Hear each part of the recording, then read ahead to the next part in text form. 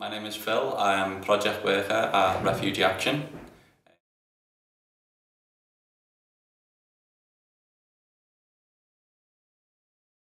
To be honest, there's one client that I met that really sticks in my mind. Came into Refugee Action to have what we call an options briefing, and that's really when someone who has got to the end of the road, they've got no right to appeal anymore, and you know their options are very limited. And he come in and he wasn't in a very good state, to be honest. You could tell his clothes were shabby. You know, you could tell he hadn't had the opportunity to get a shower for a number of days.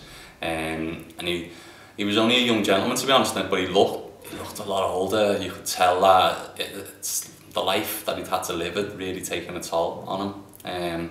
And I was helping him out, trying to give him his, you know, the limited options.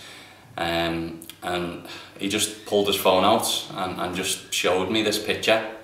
And it was a picture of him that he said the first day that he arrived.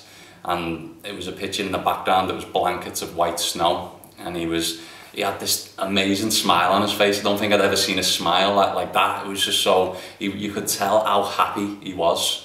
And I looked at that picture and I looked at him in his situation now, downtrodden and, you know, desperate. And my heart broke in two, it really did. You know, I wanted to cry for him, I really did, to be honest.